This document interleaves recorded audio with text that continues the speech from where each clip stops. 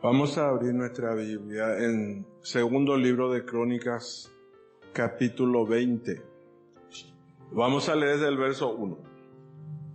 Dice: pasadas estas cosas, aconteció que los hijos de Moab y de Amón, y con ellos otros de los montes, otros de los amonitas, vinieron contra Josafat a la guerra. Y acudieron algunos y dieron aviso a Josafat, diciendo: contra ti viene una gran multitud del otro lado del mar y de Siria. Y aquí están en Hazezón Tamar, que es en Gadi. Entonces él tuvo temor, y Josafat humilló su rostro para consultar a Jehová, e hizo pregonar ayuno a todo Judá. Y se reunieron los de Judá para pedir socorro a Jehová, y también de todas las ciudades de Judá vinieron a pedir ayuda a Jehová.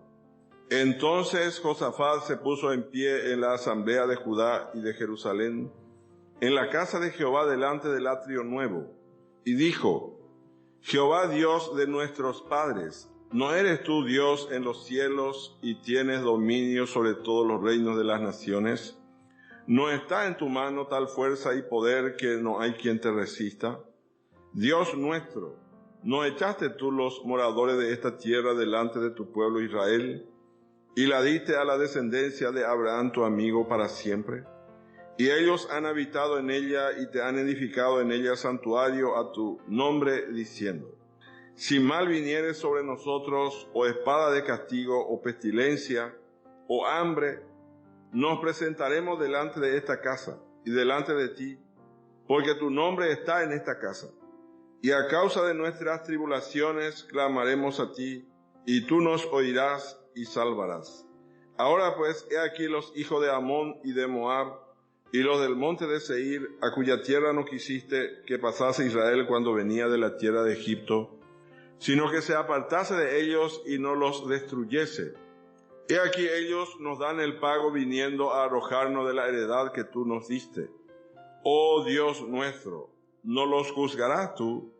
Porque en nosotros no hay fuerza contra tan grande multitud que viene contra nosotros. No sabemos qué hacer, y a ti volvemos nuestros ojos. Hasta aquí primeramente. Señor, bendiga su santa palabra. En este capítulo encontramos a los hijos de Israel dependiendo de Dios. Depender de Dios no es sinónimo de mediocridad. Cuando nosotros recibimos a Jesús como nuestro Salvador, el Señor quiere que nosotros dependamos de Él. ¿Y qué es depender de Dios? Y aquí encontramos que ellos primeramente dice, consultaron a Dios. El verso 3 del capítulo 20 dice: entonces él tuvo temor y Josafat humilló su rostro para consultar a Jehová. Y después dice en el verso 4, la última parte, a pedir ayuda. Consultaron a Jehová, pidieron ayuda a Jehová, aceptaron que Dios ha estado presente siempre con ellos, se acordaron que Dios había ayudado a sus antepasados. En el verso 6 dice: y dijo Jehová, Dios de nuestros padres. O sea, que recordó que Dios le ayudó a sus padres en el pasado. Otra cosa para depender de Dios es reconocer que en nuestra fuerza nosotros nada podemos hacer. Entonces vemos que este pueblo dependieron de Dios, y depender de Dios tampoco es inactividad o quietud, sino confiar en Él, porque ellos salieron a cantar, aunque no llevaron armas, sino salieron a cantar.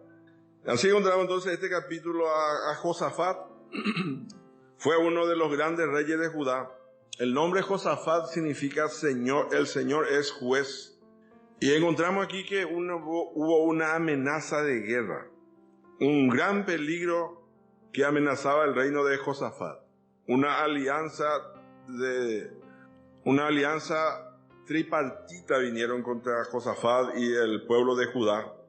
Moabitas, dice amonitas, los sirios, vinieron contra Josafat y el pueblo de Judá.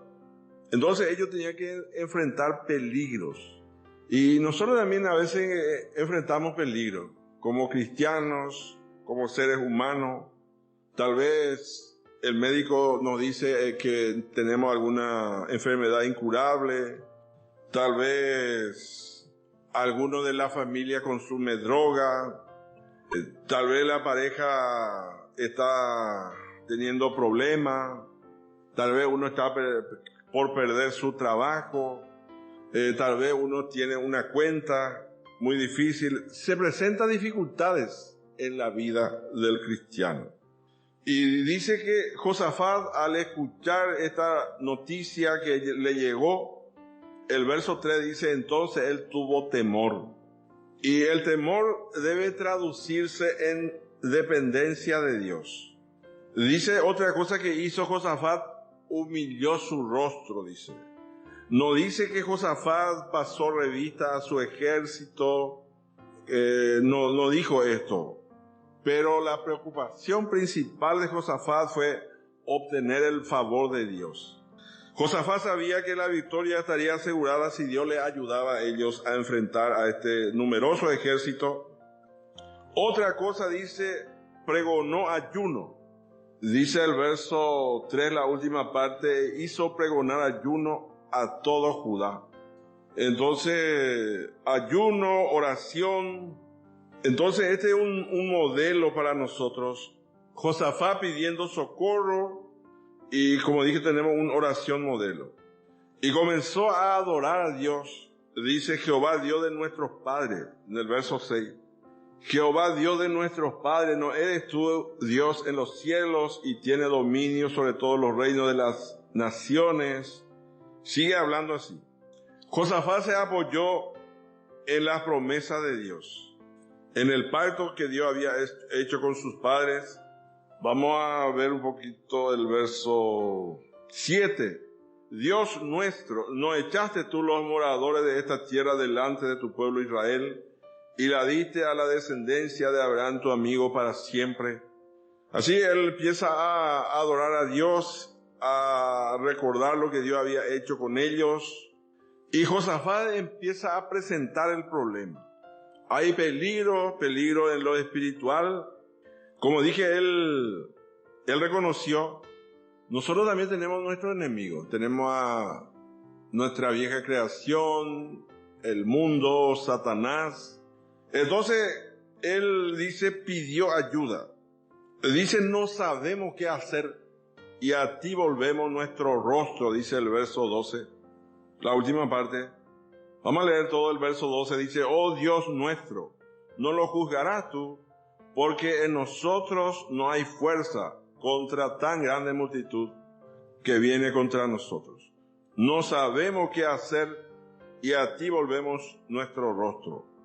Entonces él expresa aquí impotencia, incapacidad para enfrentarse a este ejército enemigo. No tenemos fuerza, no tenemos estrategia y busca la ayuda de Dios. En un sentido dice, yo me siento impotente. Entonces vemos el ejemplo que nos dejó Josafat.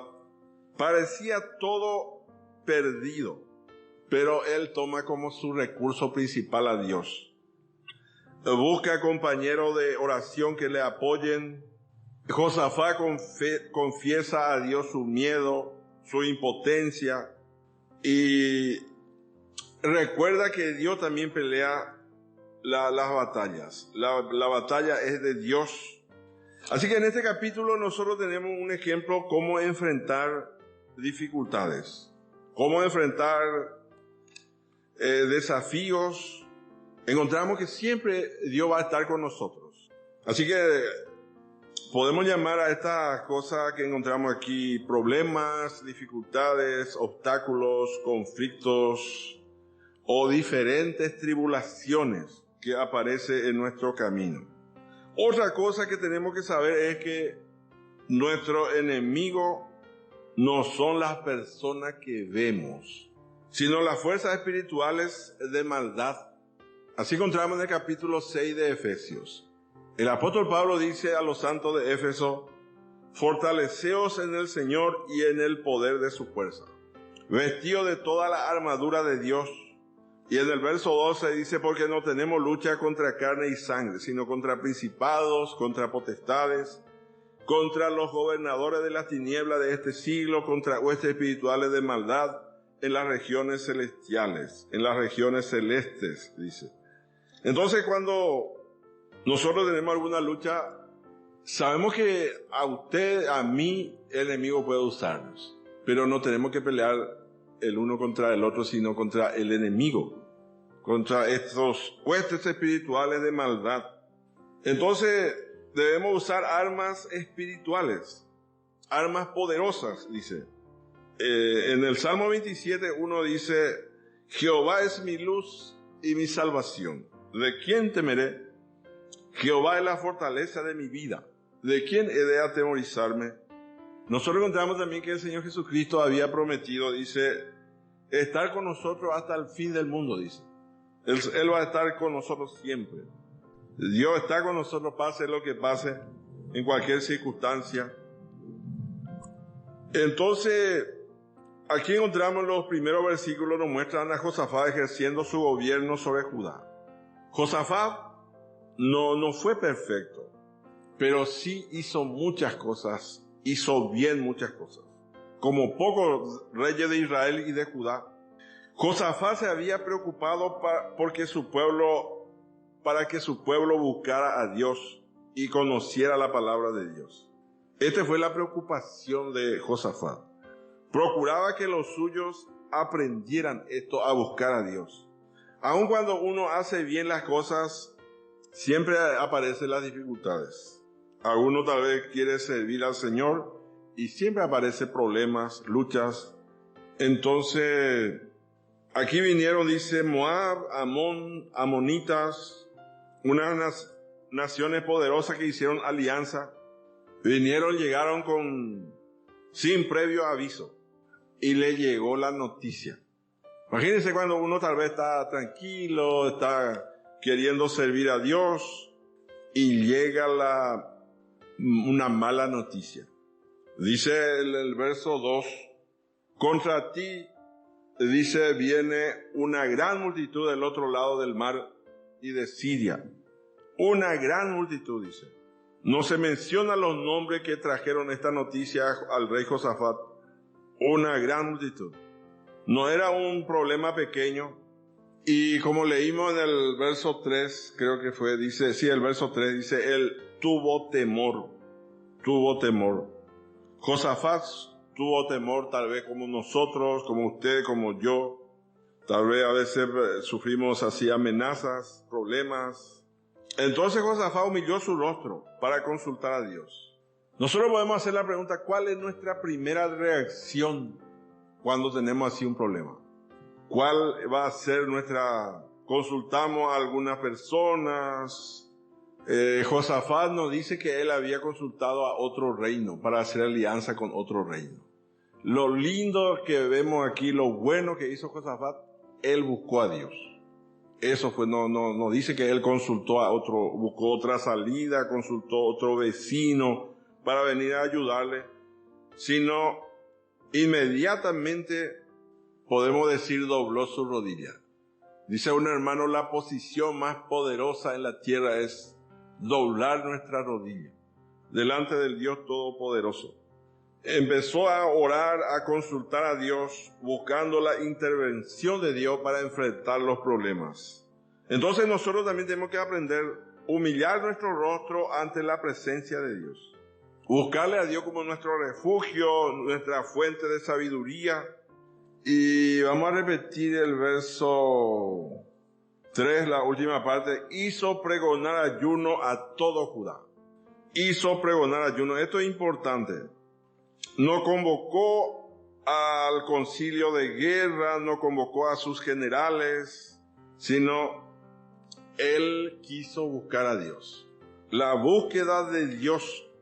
En otra palabra dice, ayúdame a orar, apóyenme en oración. Esto es importantísimo. Y esta petición de Josafat tuvo respuesta positiva. Vinieron y se reunieron a orar, a ayunar también. Esta fue una reunión de oración. Mayormente la reunión de oración no asisten muchos creyentes. No fue una convocatoria para asistir a un banquete, no fue una convocatoria para una fiesta, sino lo llamó a ayunar. Josafat llamó al pueblo de Judá a ayunar. El ayuno se identifica con la preocupación, con la angustia, un alma preocupada. El verso 4, vamos a repetir, dice, y se reunieron los de Judá para pedir socorro a Jehová. Y también de todas las ciudades de Judá vinieron a pedir ayuda. Vinieron a pedir ayuda a Jehová. Qué buena respuesta. Dice, vinieron de todas las ciudades. La última parte del verso 4 dice, y también de todas las ciudades de Judá vinieron a pedir ayuda a Jehová. Qué lindo, ¿verdad? Nosotros, si queremos mucha gente, a lo mejor tenemos que invitar para una cena, un banquete, una fiesta. Pero Josafat convocó para orar y ayunar y pedir socorro a Jehová. Así dice el verso 4, pedir ayuda. El verso 4, la primera parte dice, y se reunieron los de Judá para pedir socorro a Jehová y pedir ayuda, la última parte. Y vinieron, aceptaron esta convocatoria. Entonces aquí esta es la cosa que nosotros tenemos que hacer. A veces nosotros tenemos dificultades y no oramos. Buscamos otra salida, dejamos así. Debemos orar, debemos buscar al Señor. Y encontramos que ellos se reunieron con las personas adecuadas, que es el pueblo de Dios. Y en el lugar adecuado, en el templo, donde reconocían la presencia de Dios.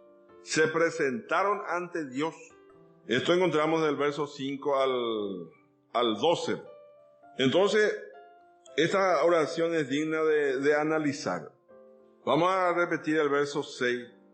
Y dijo Jehová, Dios de nuestros padres, ¿no eres tú Dios en los cielos y tienes dominio sobre todos los reinos de las naciones? ¿No está en tu mano tal fuerza y poder que no hay quien te resista? Dios de nuestros padres. En un sentido reconoce a quién le está orando. Nosotros encontramos que el fariseo, dice, oraba consigo mismo. Su oración llegaba, el fariseo, a su propio oído nomás, pero no llegó delante de Dios. Entonces nosotros debemos saber a quién le estamos orando. Y aquí él expresa la grandeza de Dios. Así el apóstol Pablo también en el capítulo 3 de Efesios dice, por esta causa doblo mis rodillas ante el Padre de nuestro Señor Jesucristo. Dios de nuestros padres, dice. Este Dios que ya había actuado con sus padres, o sea que Dios ya había intervenido en la vida de su familia antes. Este Dios que también dice el Dios de los cielos, el verso 6. No eres tú Dios en los cielos, dice. Y después dice el mismo verso 6. Y tienes dominio sobre todos los reinos de las naciones. La autoridad de Dios no tiene límites. También dice el que tiene todo el poder, el verso 6. La última parte dice, no está en tu mano tal fuerza y poder que no hay quien te resista. El verso 7 dice, Dios nuestro, ¿no echaste tú los moradores de esta tierra delante de tu pueblo Israel y la diste a la descendencia de Abraham tu amigo para siempre? O sea que no va a ser la primera vez que Dios interviene. Después en los versos 8 y 9, Josafat recuerda la promesa de Dios. Vamos a leer versos 8 y 9 otra vez. Y ellos han habitado en ella y te han edificado en ella santuario a tu nombre, diciendo, si mal viniere sobre nosotros y espada de castigo, o pestilencia o hambre, nos presentaremos delante de esta casa, dice, y delante de ti, porque tu nombre está en esta casa. y a causa de nuestras tribulaciones clamaremos a ti, tú nos oirás y salvarás. Entonces le presenta lo que está escrito. Entonces vemos la importancia de buscar al Señor. Vamos a leer el verso 20. Y cuando se levantaron, vamos a leer capítulo 6 de Segunda de Crónica, verso 20. Capítulo 6 de Segundo de Crónica, verso 20. Esto fue Salomón cuando presentó el templo. Dice: que tus ojos estén abiertos sobre esta casa de día y de noche, sobre el lugar del cual dijiste, mi nombre estará allí. Que oigas la oración con que tu siervo ora en este lugar. Entonces esta promesa le presenta a Habacuc y empieza a presentar específicamente lo que él necesita. Empieza a presentar su preocupación, así como dice el apóstol Pedro, echando toda vuestra ansiedad sobre él, porque él tiene cuidado de vosotros. El verso 10.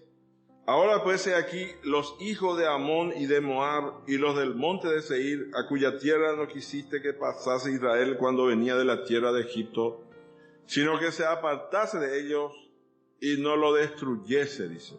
He aquí que ellos nos dan el pago viniendo a arrojarnos de la heredad que tú nos diste en posesión. La heredad estaba en peligro, su heredad espiritual.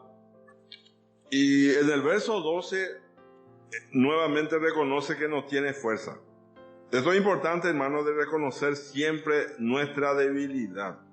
Nosotros somos débiles. El verso 12 dice: oh Dios nuestro, no lo juzgarás tú, porque en nosotros no hay fuerza contra tan grande multitud que viene contra nosotros. Nosotros no podemos, no hay fuerza en nosotros. Reconoce también su ignorancia. No sabemos qué hacer. Esto le agrada a Dios cuando nosotros pedimos ayuda. Salomón pidió sabiduría a Dios y dijo: no sé cómo entrar ni salir. Vamos a leer en el capítulo 3 del primer libro de Reyes, el verso 7. Primer libro de Reyes 3, verso 7. Ahora pues, Jehová Dios mío, tú me has puesto a mí tu siervo por rey en lugar de David mi padre. Y yo soy joven y no sé cómo entrar ni salir. Este fue el rey, como dice el Eclesiastés, el muchacho joven y sabio, algo así. Y más adelante dice fue un rey viejo y necio. Este fue el muchacho joven y sabio, Salomón, dependiendo de Dios, diciendo a Dios: no sé cómo entrar ni salir. Ayúdame, Señor, dame capacidad, yo no tengo.